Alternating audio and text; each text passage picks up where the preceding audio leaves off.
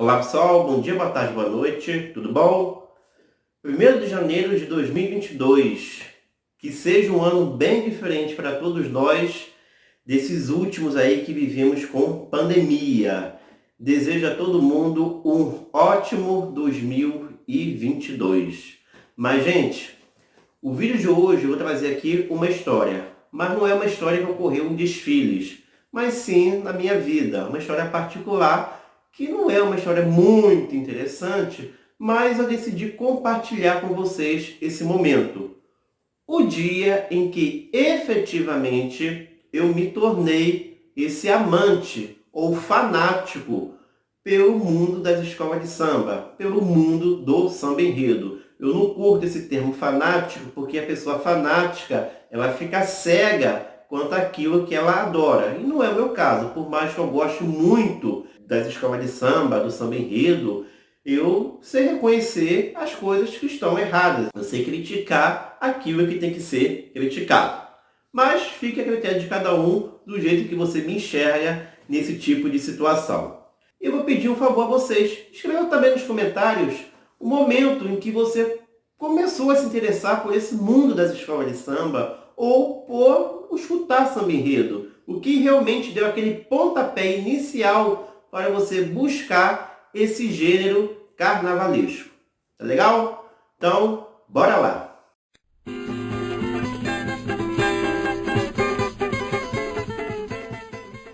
Eu nunca tive uma referência na minha infância de alguém que gostasse de samba enredo ou de escola de samba. Tanto na família do meu pai quanto na família da minha mãe, ninguém curtia e nem meus amigos ou conhecidos também gostavam do gênero ou dos festejos de Momo. Para vocês terem ideia, a primeira pessoa que eu conheci que gostava de escola de samba também foi o meu amigo João, que participou daquele vídeo sobre as escolas campeãs dos anos 2010. E isso foi já na faculdade. Mas a lembrança mais remota que eu tenho foi quando eu tinha cerca de uns 6 anos de idade. Meu pai me levou para a casa de um tio, no caso, o irmão dele. E lá eu fui mordido por um cachorro muito feroz, que acabou arrebentando totalmente a minha boca. E aí eu fiquei naquele berreiro, naquele choro todo, e meu pai me levou para a casa de uma tia, sua outra irmã. E ela tentou me acalmar, não conseguiu, perdeu a paciência e me colocou em frente à televisão. Ligou a TV e passava um desfile de escola de samba. Eu não sei que desfile era esse, não lembro mais. Pelo horário, eu lembro que era tarde, eu imagino que era uma quarta-feira de cinzas. E era uma reprise da campeã que tinha sido acabada de ser anunciada na apuração. Só sei o seguinte, eu lembro perfeitamente disso, faz muitos anos, tá gente? Mais de 30 anos, bem mais. Eu fiquei completamente hipnotizado. Eu fiquei estático, olhando tudo aquilo que eu não tinha ideia do que seria. Eu nunca tinha visto um desfile de escola de samba. E eu fiquei totalmente estático, com as pessoas olhando para a minha cara, tentando entender por que eu olhava daquele modo para a televisão. E eu tentava, com a boca fechada, acompanhar o samba que estava tocando durante o desfile. Mas esse não foi o momento que me fez me apaixonar pelas escolas de samba de vez. Mas é o momento mais remoto que eu tenho e já dá para ver aí que existia um sambista dentro do Fábio desde pequenininho. Os anos foram se passando e quando eu tinha cerca de uns 13 ou 14 anos, eu não lembro exatamente qual era a idade que eu tinha, mas era cerca desse período aí. O meu interesse por escola de samba era normal. As informações que eu tinha sobre as agremiações eram aquelas dadas na televisão e nas rádios durante a época de carnaval. Nada além disso. Tá certo que gradativamente, a cada ano, esse interesse aumentava um pouquinho mais. Mas não passava disso, de uma coisa assim normal. Eu conheci alguns sambas que eram tocados exaustivamente nas rádios, como o Chue Chuá da Mocidade, em 91,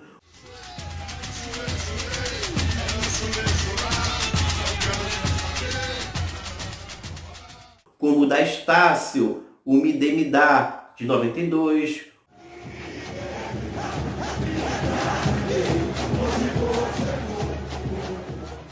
o Explode o Coração, do Salgueiro, em 93, ou seja, algo normal que você é obrigado a escutar porque a mídia está tocando. Até pelo fato que eu conhecia ninguém que gostasse disso. E como eu falei, não tive uma referência de alguém, para me inspirar em alguém para gostar de samba enredo e de escola de samba. Porém, em um domingo, a coisa começou a mudar. Meu pai, novamente meu pai, me levou para a casa de uma outra tia, tá? Meu pai tem vários irmãos. E aí, na casa da minha tia, havia alguns discos de sambas enredos, o qual o marido dela da época gostava de ouvir. E eu me interessei em pegar 3 LPs para chegar em casa e gravar 3 sambas. Eu peguei o LP de Sambas Enredo de 86, se não me engano, para gravar o samba do Império Serrano, o Eu Quero. O LP de 90, para gravar o samba da Mocidade, Virá Virou. E o de 91, para gravar o samba da Mocidade, Chue Chuá, As Águas Vão Rolar. Então levei os 3 discos para casa, emprestados, com o intuito de gravar estes sambas, e na próxima semana os discos seriam devolvidos à minha tia. Chegando em casa, no mesmo domingo, à noite, eu resolvo gravar os sambas. E resolvo iniciar um disco de 1991. Logo de cara, o disco me chamou muito a atenção. Pela capa e pelas contracapas. Era um disco duplo, eram 2 discos, eu nem sabia disso, em casa que eu reparei. E nessas contracapas, inclusive na capa, vinha imagens das 4 primeiras colocadas de 1990. Eram fotos muito bonitas que me impressionaram bastante, me chamaram muita atenção. Eu fiquei vários minutos olhando aquelas contracapas ali, aquela capa.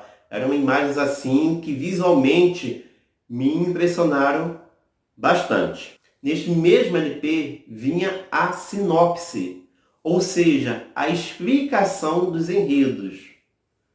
Então, antes de eu colocar o disco para tocar, eu dei uma olhadinha nos enredos, rapidamente, para ter uma noção do que se tratava os sambas de 91. E só para situar, tá, gente? Aí já era meado dos anos 90. Eu peguei discos antigos para poder gravar, tá, esses sambas aí, apenas para organizar as ideias. E aí eu sentei no chão, fiquei com um ouvido ao lado da caixa de som do rádio. Era à noite, meus pais já estavam para dormir, então eu não queria atrapalhar ninguém. Então, baixinho, eu queria ouvir o samba da Mocidade, sendo que nessa primeira audição eu não iria gravar, porque era bem comum ter arranhões em discos. Então eu queria ver se o disco estava legal, se a faixa da Mocidade estava legal, e se tivesse boa, eu ouviria novamente gravando na fita cassete. Bom, coloquei lá o samba para tocar. Um samba que eu já conhecia, um samba que exaustivamente era tocado nas rádios. E aí, em vez de ouvir novamente, colocar para gravar, eu lembro perfeitamente que eu estava até com os dedos no gravador. Só que me deu uma ideia na cabeça: deixar o disco rolar. Mas eu imaginei que eu não fosse gostar de mais nenhum samba, pois na minha cabeça eu imaginava que as músicas que eram tocadas nas rádios eram as músicas legais, as músicas boas. E aí eu falo de modo geral, não apenas de samba enredo. Pois eu não tinha noção comercial como eu tenho hoje, né? Envolve a indústria da música. Então, se os sambas eram desconhecidos, certamente eles não eram bons. Mas deixei o disco rolar, quem sabe surgir aí um outro samba bacana e eu poderia gravar juntamente com o da Mocidade. Eram 16 sambas, 16 faixas. E vamos lá para a próxima faixa, que era da Estácio de Sá, que tinha um enredo sobre a americanização da cultura brasileira. E eu simplesmente me apaixonei pelo samba. Eu fiquei muito impactado pela gravação, pela melodia, pelo enredo, por tudo ali. Então tá. Então eram 2 sambas que eu tinha para gravar. Deixei rolar. Mas imaginando que mais nenhum eu iria gostar. Com aquela lógicazinha, né, preconceituosa que eu tinha. Faixa 3, Unidos da Tijuca. E me apaixonei pelo samba. Mais um samba que me arrepiou pela paradinha da bateria, o refrão fácil, por tudo, pela gravação, a forma com que o Nego cantou o samba. E já eram 3 sambas.